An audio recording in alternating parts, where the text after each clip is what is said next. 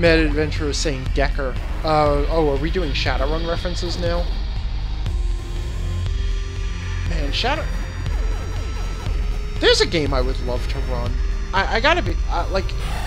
I'm not into Cyberpunk, but by the same token, I really love the mix of Cyberpunk and fantasy. Because I know Shadowrun is not Cyberpunk, and if you refer to Shadowrun as Cyberpunk in front of two true Cyberpunk aficionados, they get offended. Which, like, on the one hand, I get that Shadowrun is not true Cyberpunk. On the other hand, actually getting offended over broadening a genre is really stupid.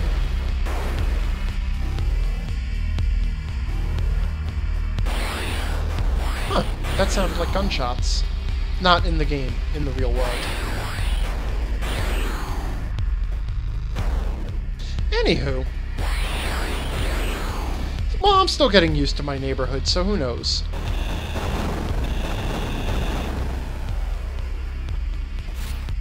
Salmello is saying, honestly, it makes me think Harry Dresden a bit. But then again, Harry Dresden was also basically, you know, Magical Cowboy.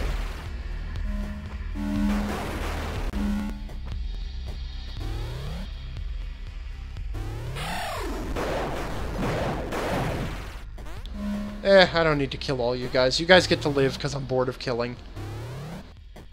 And now we have one of these yellow pages. Salmello says Firefly, that's the vibe.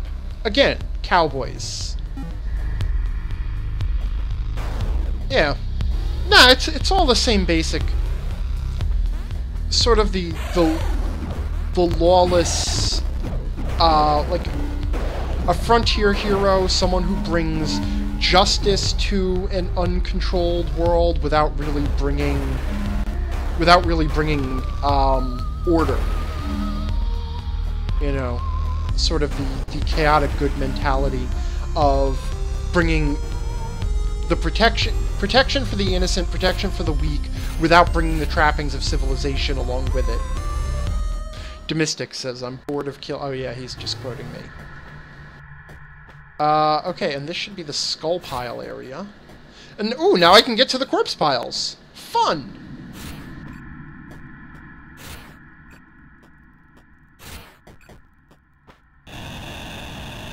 Really disappointed that there's nothing hidden here.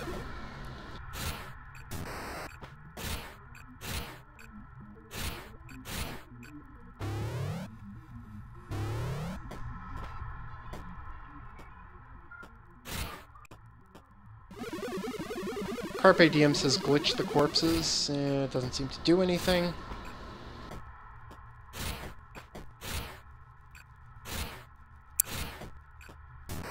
I don't think this... I think the corpses are just decoration. Yeah, like all good corpses are. And Salmello says Angry is bored of killing, but he's excited to reach the corpse piles again. Well, you know how it is.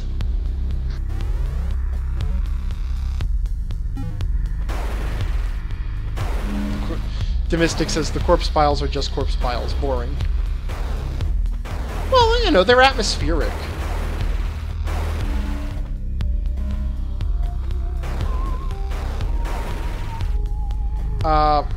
I was pressing to the left there and did not at one point pick up a platform.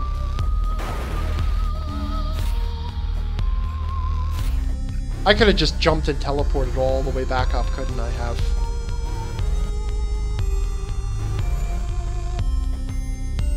Alright, whoops. Didn't mean to teleport upwards there. Alright, I think we're getting close to the end here for the night. This has been an interesting exploration of the game. I want to say that I feel that the story has become clearer, but that would be a lie. A lot of story happened. I won't deny that. But Salmella says that's another thing that the better Metroidvania games do with the level design. Yeah, well, in the end, the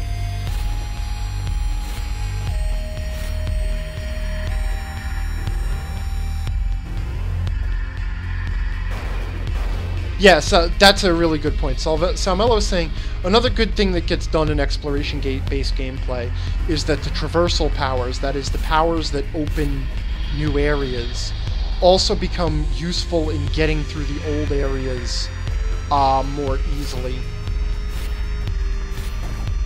And that is definitely an important point. In fact, I sort of mentioned that, I think, maybe in the first session. I don't know, it's all starting to run together.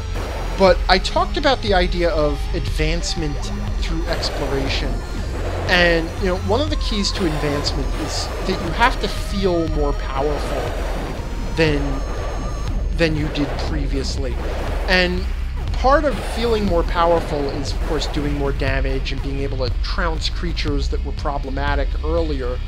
But another part of it, and I sort of even did a rant on Twitter about this, now that I come to think about it, about advancement in role-playing games. Because another part of advancement is just getting rid of inconveniences that bothered you at earlier levels. You know, take a simple example, like feeding yourself in the wilderness. Okay? And most groups, they don't even want to bother with the whole rations and food and tracking rations and all that shit. Which, okay, fine, I get why you wouldn't want to do that. But when... Oh, okay, I'm back in Indy. But...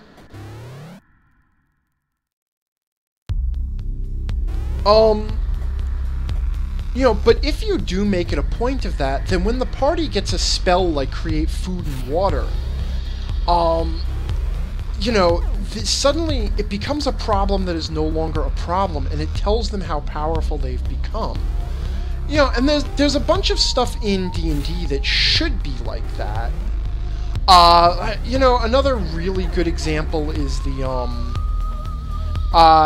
bag of holding. A bag of holding, when you get down to it, is actually an advancement object. Okay, it represents a problem you no longer have, the problem of encumbrance. And so, if encumbrance has been an issue, if you've always had to make hard choices of how much treasure you can carry out of a dungeon or whatever, then when you get that bag of holding, it feels really awesome. You know, it feels like you've... Whoop, I didn't mean to jump there. It feels like you've actually overcome something. But if encumbrance has never been a problem, then the bag of holding is just kind of a neat trinket, and it loses that. And more importantly, when you do that shit, you also kind of have to build it into the game as one of the assumptions of the game. And fantasy RPGs, you know, like D&D, Pathfinder, even 13th Age, which is basically 4th edition D&D, they don't seem to have been carefully designed around that sort of advancement. The levels at which they give people different spells is kind of really sort of all over the map. There doesn't seem to be any pattern to it at all.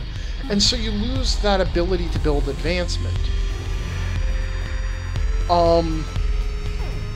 So the reason this all bothered me is because I've been trying to get this Super Dungeon project off the ground, where I take everything I love about Metroid-style game design, or exploration-based gameplay, and build a really well-designed Super Dungeon adventure/campaign around that level of design, where the players, through exploration, they open up more areas of the game, and they, you know, they uncover the story of the game world, and you know, without realizing it, the game sort of carefully guides them from place to place, so that they never find a challenge that is too ridiculously overpowered for them.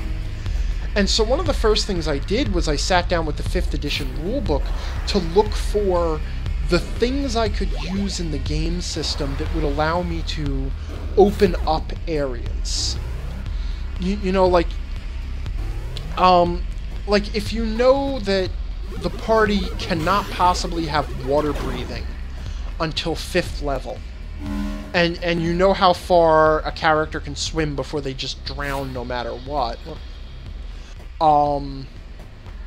You know, then you can basically hide a 6th level area behind a flood, and then if the party brings water breathing, great, because they have a druid or whatever, or a wizard or whatever, and if they don't bring water breathing, then you can put an item in the game that gives them water breathing. And in that way, sort of open up areas of the game to them, and also then create puzzles that they can solve using those tools. Or places that are easier, or shortcuts that can be used because now suddenly they can breathe water, or teleport, or whatever. But as soon as I started sitting down and compiling... That really didn't unglitch all the way. As soon as I sat down and started compiling the list, I discovered that the list was sort of...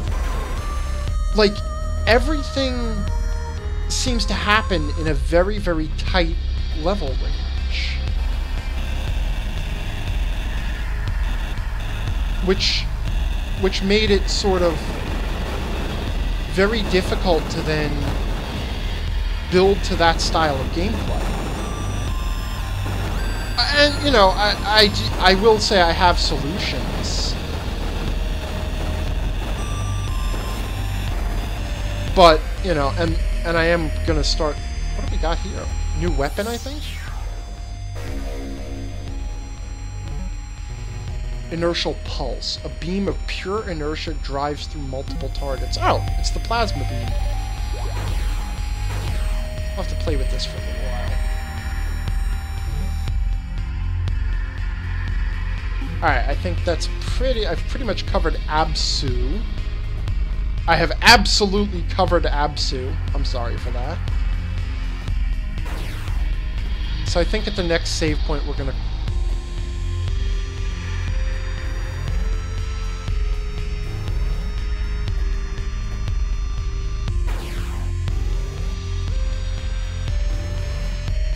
I think at the next save point we're gonna call it a night, but...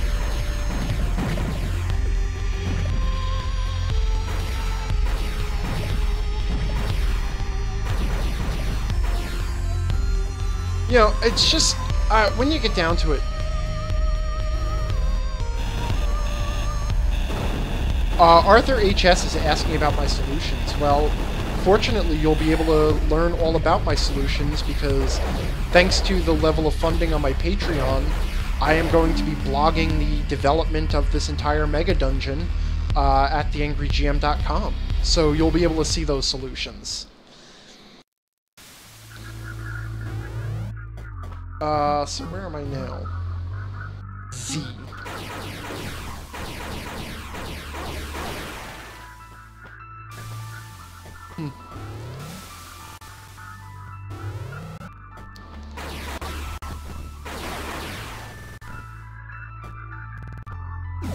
Anyway, the whole point of that rant was just that,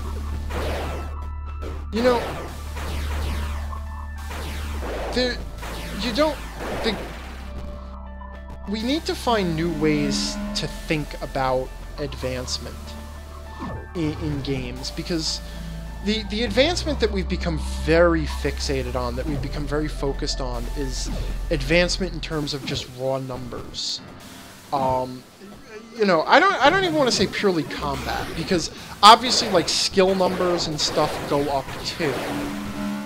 But that's, like, the be-all and end-all of advancement. I'm getting a lot of slowdown now, and it's kind of annoying. Which is okay, because I'm at a save point. I think it's the Steam puffers. Arthur HS says, I can't wait for that, and then he says, I don't mean literally, I will wait. That's good, because it's a lot to go into tonight. Anyway, this has been Angry Plays Axiom Verge Session 3. I feel like we covered a lot of ground, and we had some good discussion, and Hopefully I'll be back next week. Friday at 9 p.m. Central will now be my standard streaming time, so feel free to jump in at any point.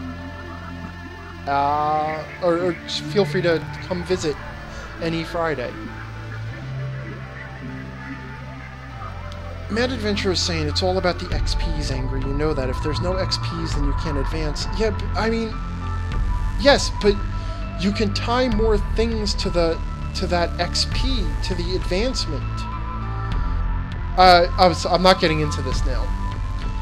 So anyway, so that's it. Angry out. I feel asleep. Main screen turned off. Good night. If I can remember how to main screen.